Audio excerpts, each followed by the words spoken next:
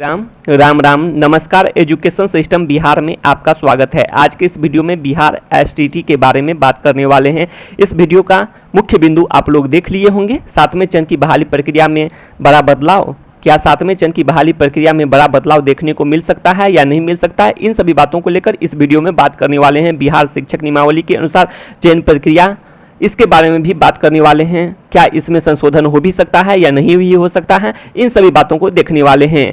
अब क्या होगा और 7वें चरण कब शुरू होगा, इन सभी बातों को देखेंगे। बीपीएससी, इसके खबर भी आज न्यूज यूट्यूब चैनल के माध्यम से निकलकर सामने आई है, इस पर भी बात करने वाले हैं। सुपर टीटी, इस पर भी बात करने वाले हैं और ये क्या हो सकता है या नहीं हो सकता है। और इससे पहले यह बता दें, एसटीटी क्वालिफाइड अभ्यर्थियों को कोई घबराने की जरूरत नहीं है। सभी क्वालिफाइड की नौकरी पक्की सभी विषय में होने की संभावना है, जैसा कि 12 मार्च को भी बताया गया था। और उस दिन बात करें तो कट ऑफ की भी बात नहीं की गई थी, मेरिट लिस्ट का कोई कट ऑफ नहीं था और सभी क्वालिफाइड की नौकरी पक्की, क्योंकि उस दिन merit list, note in merit list का जिक्र नहीं था। और उस दिन यह भी कह सकते हैं डिक्रीजिंग ऑर्डर में कोई लिस्ट जारी नहीं हुआ है और आरटीआई का कोई रिप्लाई भी नहीं आया था कितने क्वालिफाइड हुए हैं पूछे जाने पर। इस तरह से समझ सकते हैं आप लोग, किसी भी अभ्यर्थी को अंधकार में रखना कहीं से भी उचित नहीं है और भावनाओं को ठेस पहुंचाना भी कहीं से उचित नहीं है। ऐसे में अनुमान लगाया जा रहा है कि सभी क्वालिफाइड की नौकरी पक्की होने की संभावना है। तो इसके साथ ही शुरुआत करते हैं वीडियो को, तो आइए देख लेते हैं। तो इसमें भी देख सकते हैं आप लोग, पूछा जा रहा है कि आप किस प्रकार नियुक्ति के लिए चयन प्रक्रिया चाहते हो।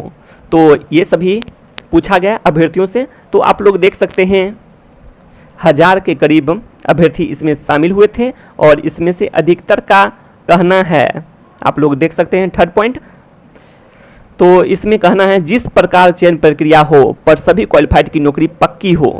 तो इसी अनुसार से बात कर रहे हैं, जैसा भी चयन प्रक्रिया हो, जिस तरह से प्रकार से चयन प्रक्रिया कराना हो उस प्रकार से कराए, पर सभी क्वालिफाइड की नौकरी पक्की होनी चाहिए। अर्थात एसटीटी मार्क्स के आधार पर, मतलब दो ही आधार पर चयन प्रक्रिया की अभी अनुमान लगाया जा सकता है। एक है एसटीटी मार्क्स के आधार पर और दूसरा है एकेडमिक मार्क्स के आधार पर। और ज़्यादा संभावना है एकेडमिक मार्क्स की, क्योंकि नियमावली में बताया गया है एकेडमिक मार्क्स, और एसटीटी मार्क्स की भी संभावना है क्योंकि उसमें बताया गया था डिक्रीजिंग ऑर्डर में लिस्ट जारी करने के बारे में।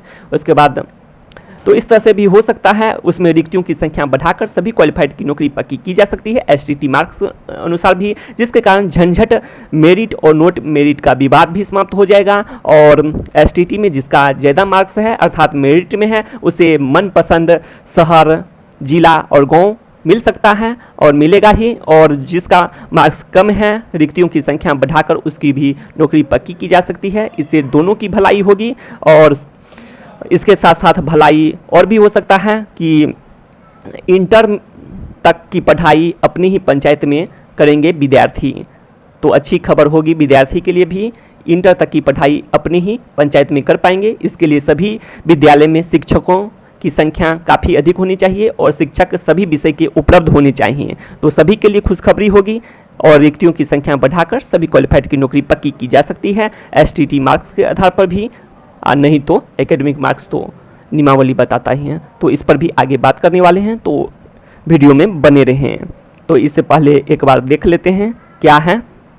तो 7वें चरण में कुछ लोगों के द्वारा यह बताया जा रहा है कि 7वें चरण की बहाली प्रक्रिया में बड़ा बदलाव देखने को मिल सकता है या नहीं मिल सकता है। तो यह बता दें कि बड़ा बदलाव की कोई उम्मीद नहीं की जा सकती है, जैसा कि शिक्षक नियमावली में भी, बिहार शिक्षक नियमावली 2020 में जैसा बताया गया है उसी अनुसार से ज़्यादा अनुमान है और उसी आधार पर होने का भी। अब बात कर लेते हैं एसटीटी मार्क्स का वेटेज। जैसे छठे चरण की बात करें तो उसमें दिया गया था यदि एकेडमिक मार्क्स के आधार पर होता है तो इसमें क्या मिलेगा या नहीं मिलेगा, तो ऐसा कुछ नियमावली में अभी नहीं बताया गया है। यह सरकार शिक्षा विभाग पर डिपेंड करता है, आगे क्या होने वाला है इसका भी अपडेट यदि समय पर मिलता है तो देने का प्रयास करेंगे।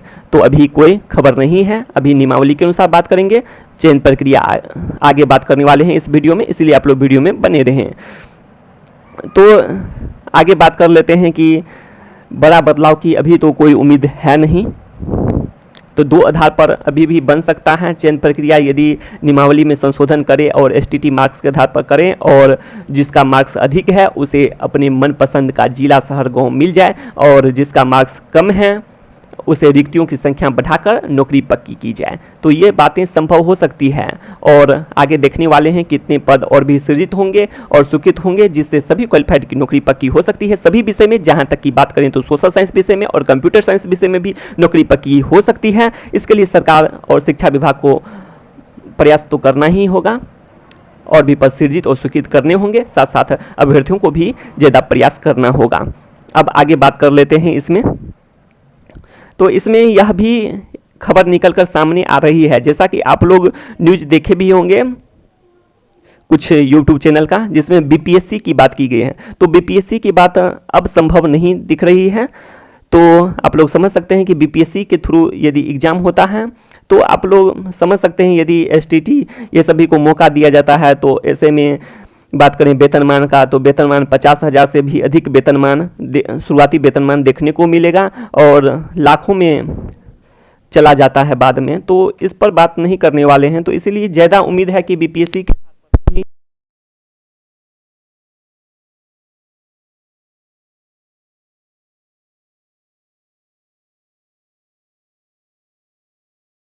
के तहत यदि होती है तो वेतन ज़्यादा हो जाएगा, तो ऐसे में बहुत कम स्कूल में ही शिक्षक उपलब्ध हो पाएंगे। तो ये तो कहीं से भी उचित तो नहीं है। तो और अभी की बात करें तो ये ग्रुप सी का जॉब है बिहार में बात करें तो इस तरह से भी समझ सकते हैं कि अब जो नियमावली में है बिहार शिक्षक नियमावली 2020 में, उसी अनुसार से बहाली प्रक्रिया होनी चाहिए। ज़्यादा उम्मीद यही है, जैसा कि न्यूज़पेपर के माध्यम से भी शुरुआती समय में निकल कर सामने आई थी रिजल्ट के बाद। तो यह अनुमान लगाया जा रहा है कि शिक्षक नियमावली के अनुसार ही बहाली प्रक्रिया हो, तो आगे देखने वाली बात होगी, और शिक्षा विभाग का फैसला अहम होता है। तो ये बातें कर चुके हैं। अब आगे देख लेते हैं सुपर टीटी। तो सुपर टीटी का क्या आयोजन हो सकता है? तो सुपर टीटी की बात करें तो सभी विषय में बात करें तो शिक्षक अभ्यर्थी की संख्या ही काफ़ी कम है, अभ्यर्थियों की संख्या काफ़ी कम है, और रिक्तियों की संख्या विद्यालय के अनुसार बात करें, जैसे कि आप लोग जानते हैं 8,386 ग्राम पंचायतों में विद्यालय के अनुसार बात करें, या फिर बात करें एक एक उच्च माध्यमिक विद्यालय 8,386 ग्राम पंचायत में। सुपर टीटी के आयोजन पर भी बात कर लेते हैं। क्या सुपर टीटी का आयोजन हो सकता है?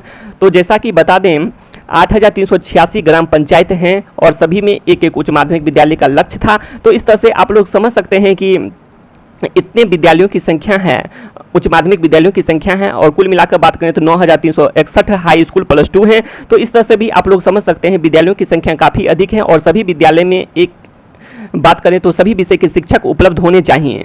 तो ऐसे में बात करें तो बहुत सारे पद रिक्त हैं, और इस अनुसार बात करें सभी विषयों में 2 विषयों को छोड़कर तो शिक्षक की संख्या जो क्वालिफाइड अभ्यर्थियों की संख्या है यही कम है, काफ़ी कम है शिक्षक अभ्यर्थियों की संख्या, क्वालिफाइड अभ्यर्थियों की संख्या तो समझ सकते हैं काफ़ी कम है। तो ऐसे में सुपर टीटी का आयोजन तो बिल्कुल ही संभव नहीं दिख रहा है। और बात कर लेते हैं कि कंप्यूटर साइंस और सोशल साइंस विषय में, तो इसमें भी आप लोग समझ सकते हैं कि और भी पद सृजित एवं स्वीकृत होने की संभावना है, विद्यालयों की संख्या को देखते हुए बात कर रहे हैं।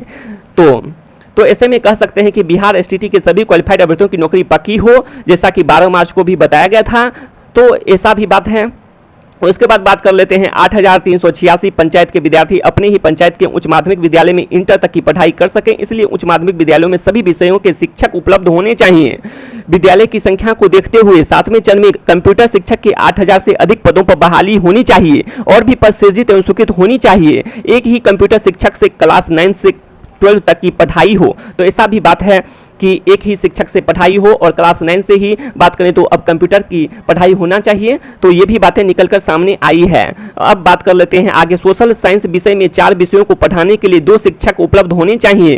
क्लास 9 से लेकर 12 तक यही 2 शिक्षक पढ़ा सकते हैं। तो ये भी बातें निकलकर सामने आती है। 8,000 प्लस कंप्यूटर शिक्षक के अलावे कंप्यूटर सहायक के भी पद का सृजन होना चाहिए, और सृजन एवं स्वीकृत पद होने चाहिए। तो इस तरह से सभी क्वालिफाइड अभ्यर्थियों की नौकरी पक्की हो सकती है। रिक्तियों की संख्या को बढ़ाकर सभी क्वालिफाइड की नौकरी पक्की की जा सकती है, और ऐसे में मेरिट लिस्ट और नोट इन मेरिट लिस्ट में जो विवाद है यह भी समाप्त हो जाएगा।